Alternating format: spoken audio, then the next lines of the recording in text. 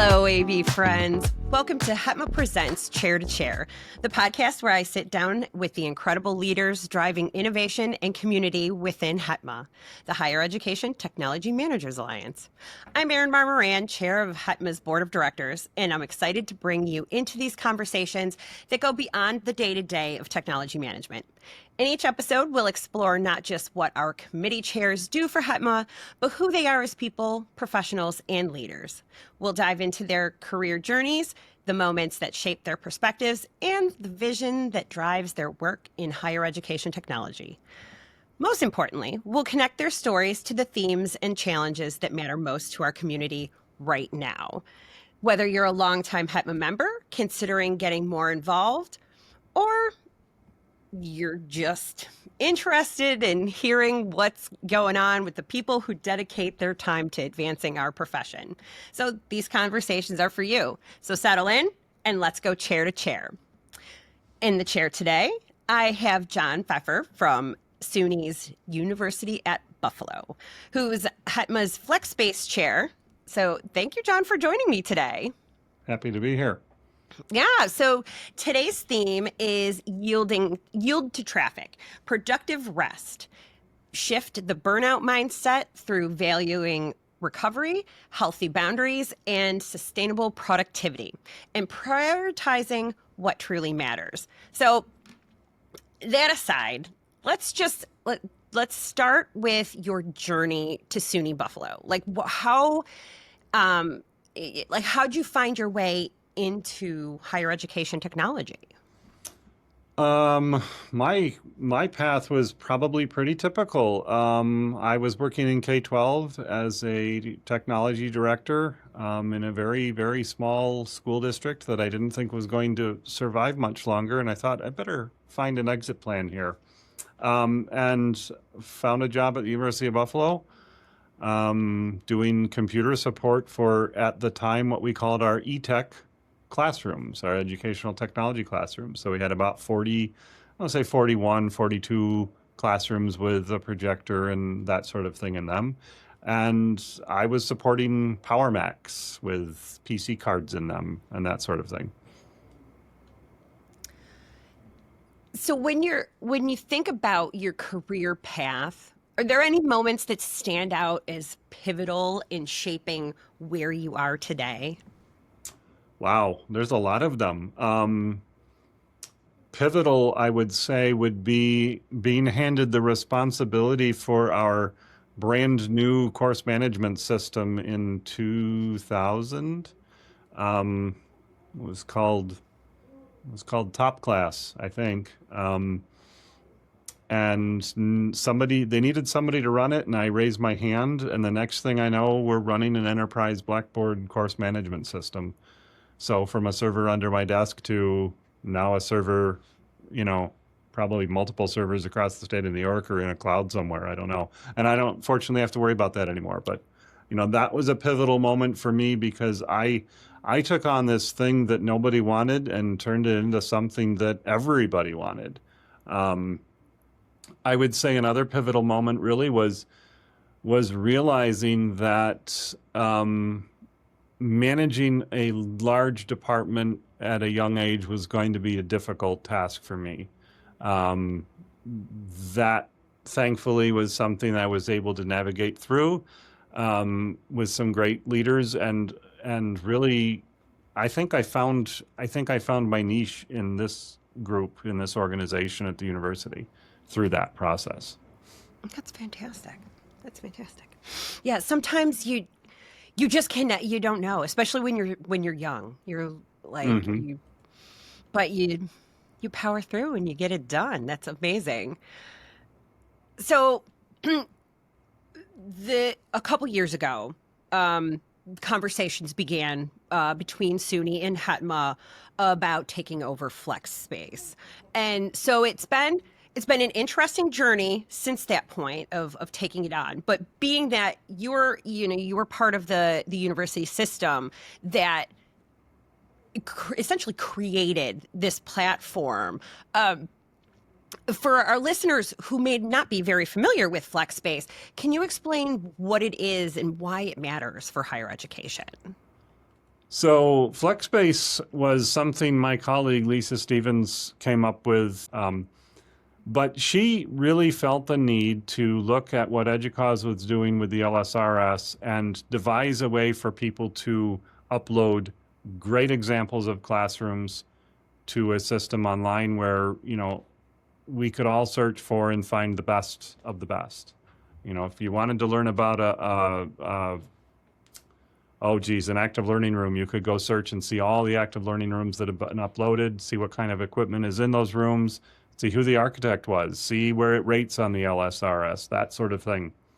So right from the beginning, Lisa being down the hall from me here at the university, we talked about this, and I got to be part of, I think, the technology terms team at the time with a bunch of other great colleagues from across New York State and probably across the country.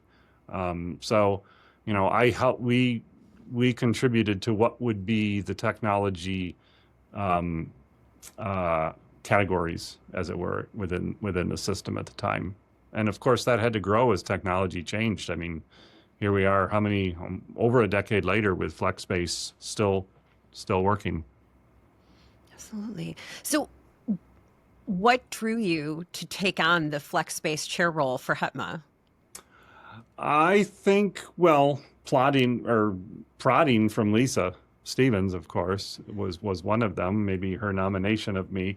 But really, I'm all about creating catalogs of things, technology here at the university, and so I saw that as a natural outgrowth to what I'm already doing.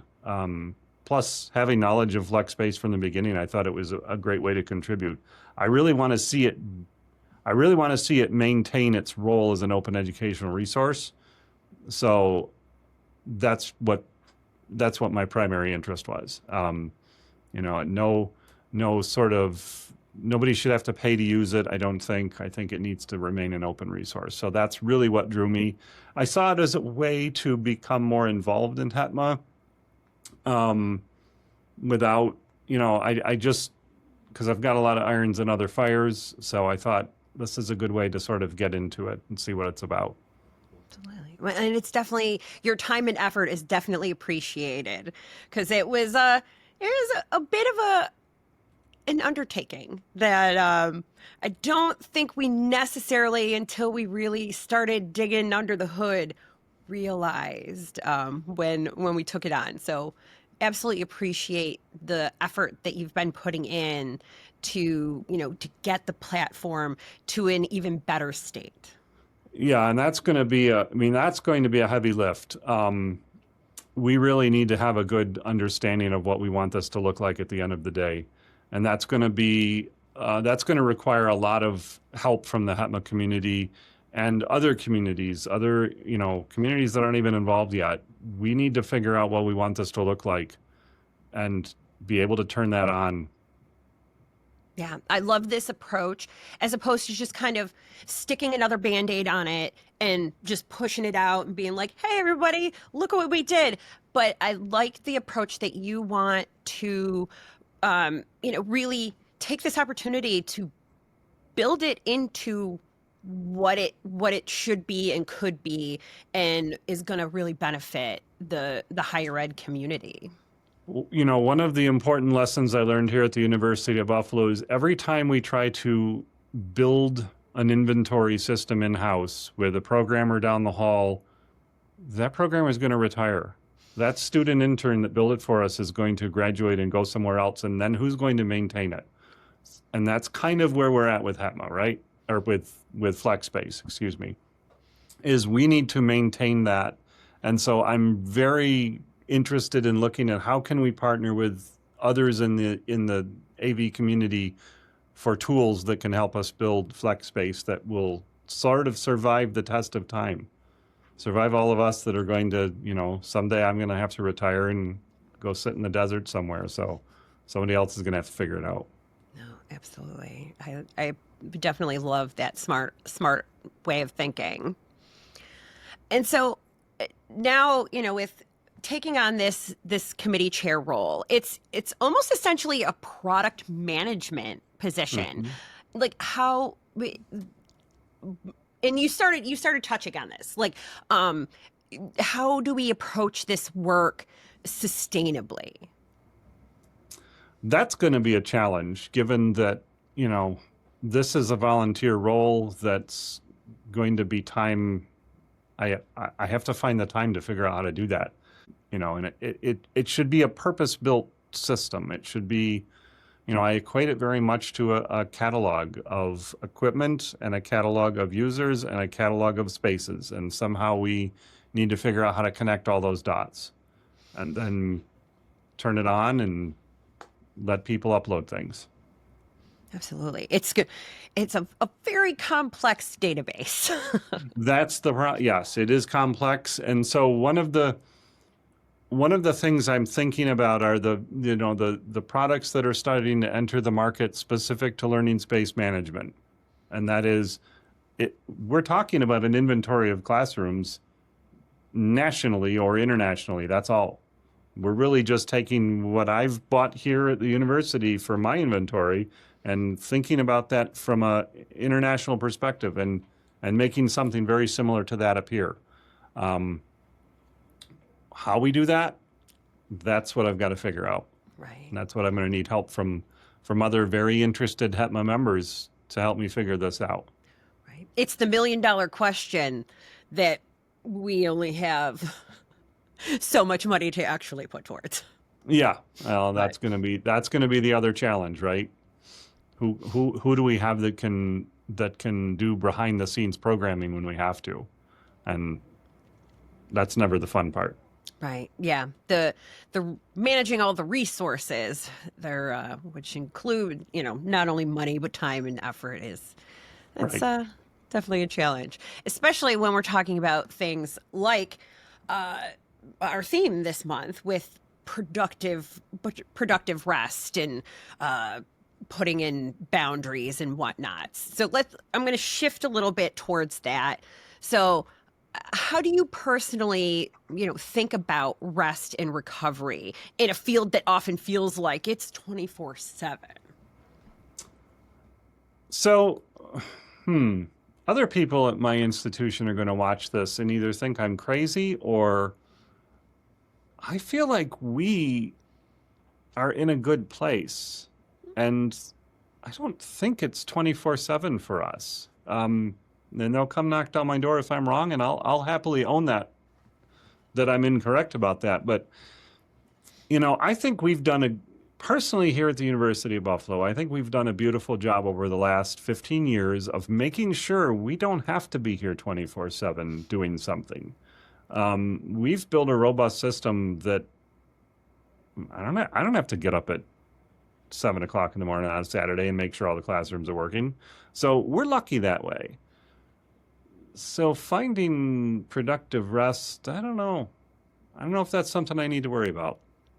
Well, that's fantastic, because then that means that, you've already put in the work to create those systems and to set those boundaries.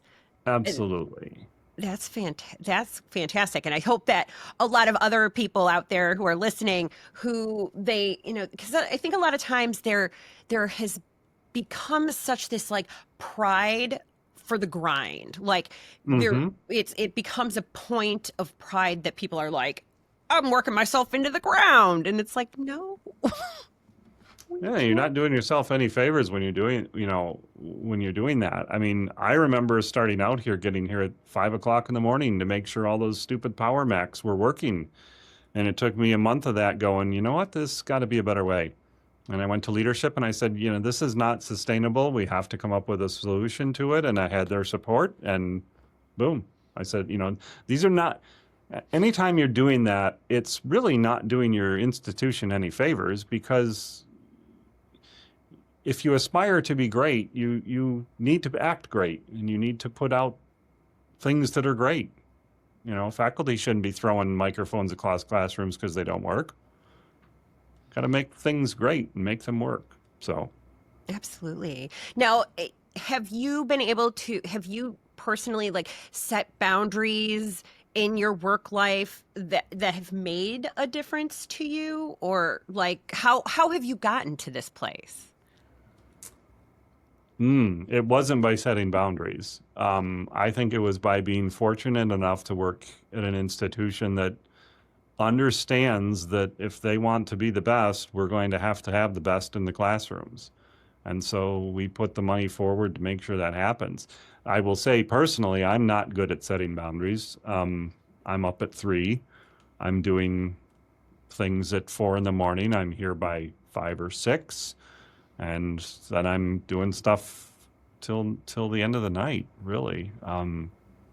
My cell phone is always on and every number is forwarded to it. So that's bad for me. It is amazing how sometimes we, for others, we see it and we're like, we put in our workplaces, we'll put in those guidelines, and we're like, work these hours, don't bring it home, this and that. It's always so much easier said than done. Oh, absolutely. I personally will not, I am terrible when it comes to those sorts of things. But my workplace, my team, like, they absolutely, like, don't bring it home, work your hours, spend time with your families, take care of yourself. And they're very good at doing that too. I will say that my coworkers here are very good at making sure they don't do those things. I mean, but and I can say this because he's retiring in a month or two. My boss was calling me as I'm walking out the door to the Bills game, go Bills, this past week, getting ready to go tailgate, and he's asking me about a budget presentation, and he needs me to fill in some numbers. So it got done.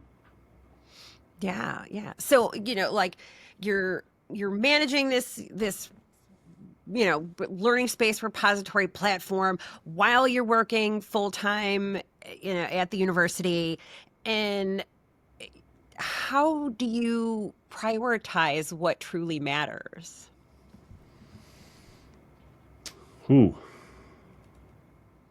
That was a good question that came up the other day, actually, in one of our meetings. How are we spending our day? I mean, I'm spending my day mostly thinking and working on strategic projects and thinking about what is the next big thing we need to worry about in the classroom. Doing budget presentations. You'd think that would not be a year-long process, but it really almost is, because as soon as I'm done with this one coming up here in January, it's on to the next year. And yeah, I don't know how it gets done. It gets done. Absolutely.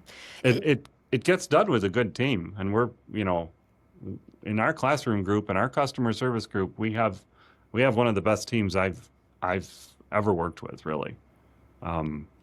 They are picky down to the length of the wire and the radius bend of a wire in a teaching station. I mean, they are detail oriented about it.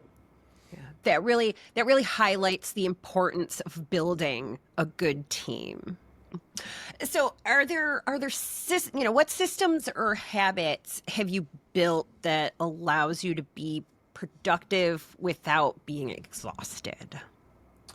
My favorite one is the it's a book that Patrick Lencioni wrote called Death by Meeting, and with that book came a little template on how to do meetings. And whenever I get the chance to use it in a meeting, I do.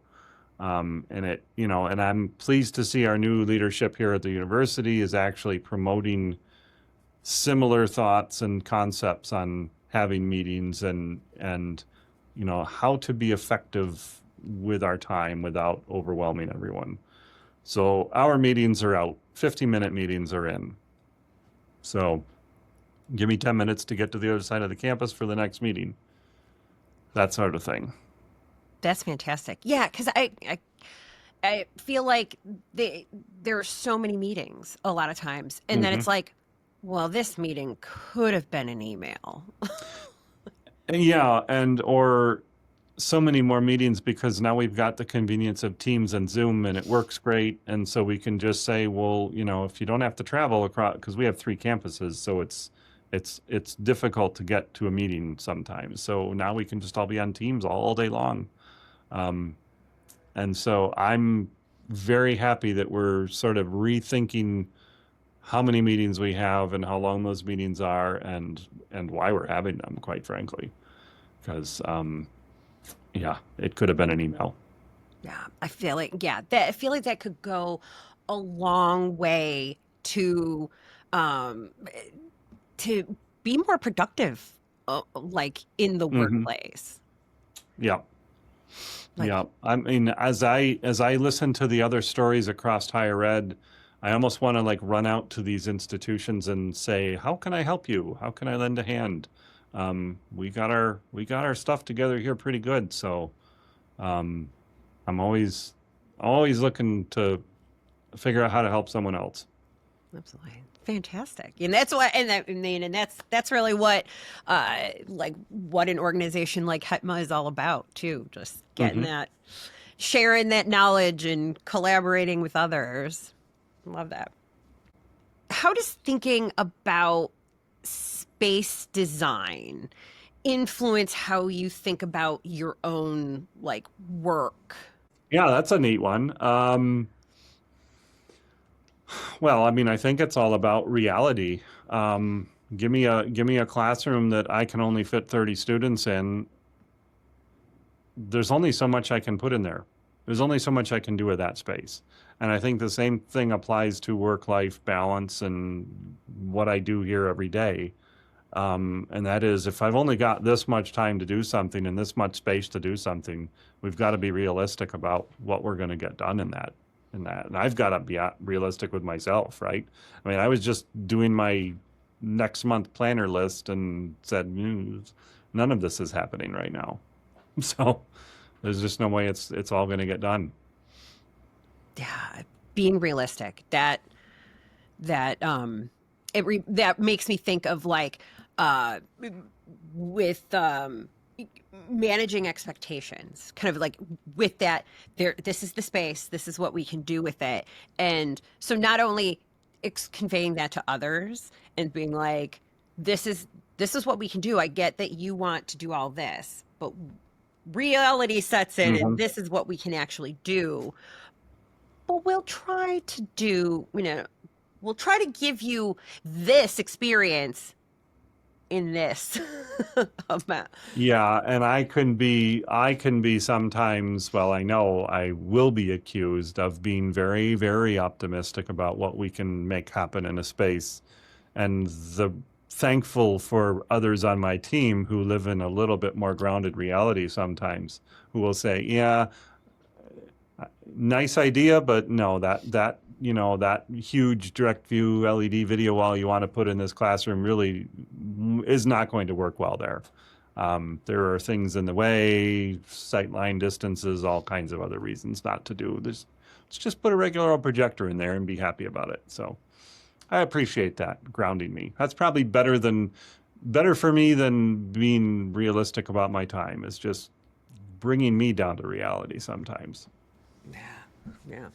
So uh, as I kind of had said before a little bit, that feel like a lot of times in AV or in higher ed technology, there's kind of a culture of being always on. Hmm. How do you push back against that?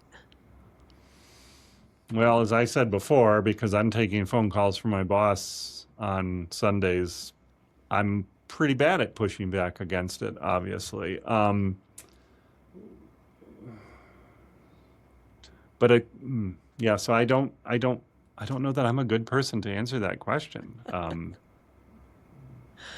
Well, what would you say? What would you say to somebody who feels bad about kind of pushing back and setting those boundaries? Well, I think it if they're honest about pushing back and they're honest about knowing the trouble it's going to cause them, then I don't know. I don't feel like I have a good answer for this, and I feel terrible that I can't come up with one. Um, But I feel like I think you started somewhere though. I feel like the as long as they're being honest about the situation, then I feel like they probably don't have something to feel guilty or bad about, as long as you're open Yes, about the absolutely. situation and you're like, look, I just cannot take this on right now, or what. And then I feel like, uh, especially in higher ed, I think we have a great understanding of other humans and their needs and whatnot. So I think as long as people are open and honest about it, as opposed to just trying to skirt around and be like, Yeah, I mean, in what we do, one of the biggest joys I get out of this job is helping a faculty member figure out how they want to do something in a classroom, right? When I can meet a faculty member in a space that really wants to do something new and unique to teach students, and we figure out how to do that, I think that's the thing that really gets me past that, so what if I'm answering this question on a Sunday? Because I'm going to go do this other thing that really is going to make the difference. Um, those are the things that I think are more important. I'm happy to meet a faculty member if it means I stay 10 minutes late or 30 minutes late. I'll make it up some other way.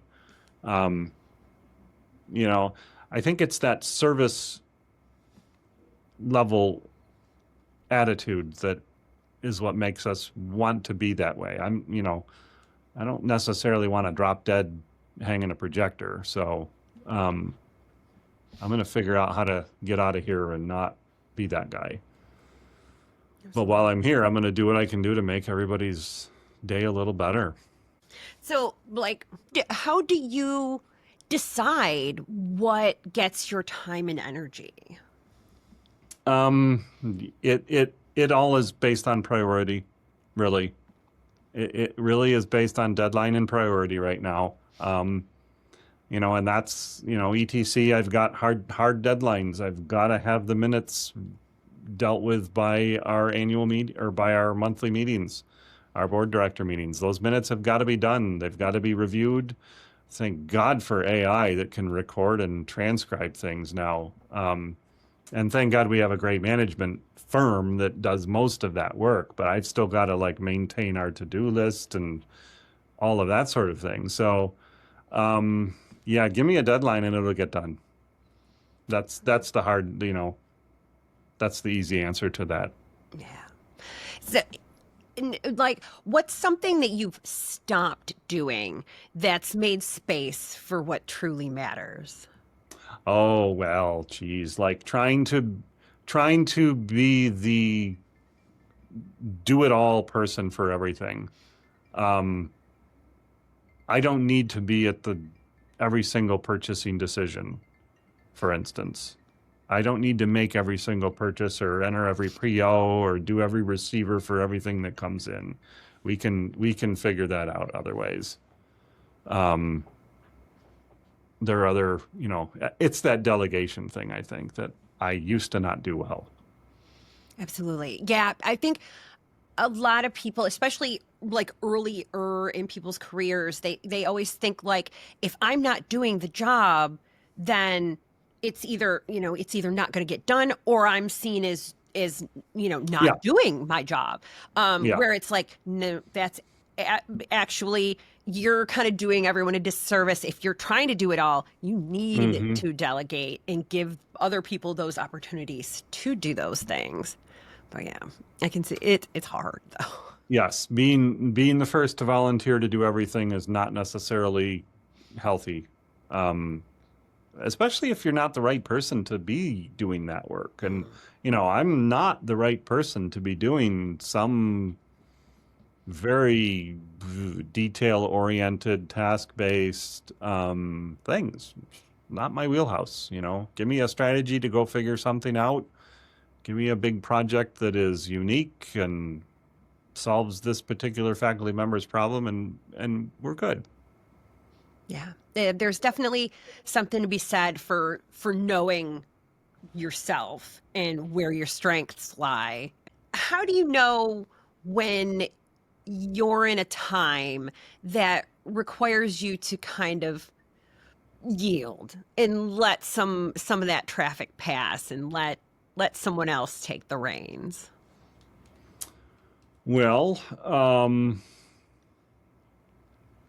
probably when I start to see myself slipping and not completing the work, right? Or, oh geez, I forgot to order that thing again. Maybe it's time to look at this process and figure out, should somebody else be worrying about that? So, I think failure really is the driver for a lot of that stuff. Yeah. Okay. So let's look ahead a little bit and put our future vision glasses on.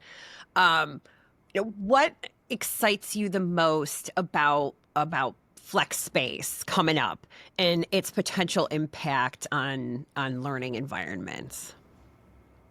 I think getting it to the place we always wanted it to be, making it easy to use, making it easy to update, making it I just want to see something that is not overly complex and is driving traffic, driving people to it, that it becomes a talked about resource at conferences, at meetups, at regional roadshow events, that sort of thing.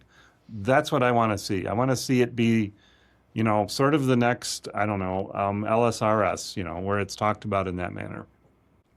Before we wrap up, what is one thing that you want people to remember about the importance of productive rest and boundaries?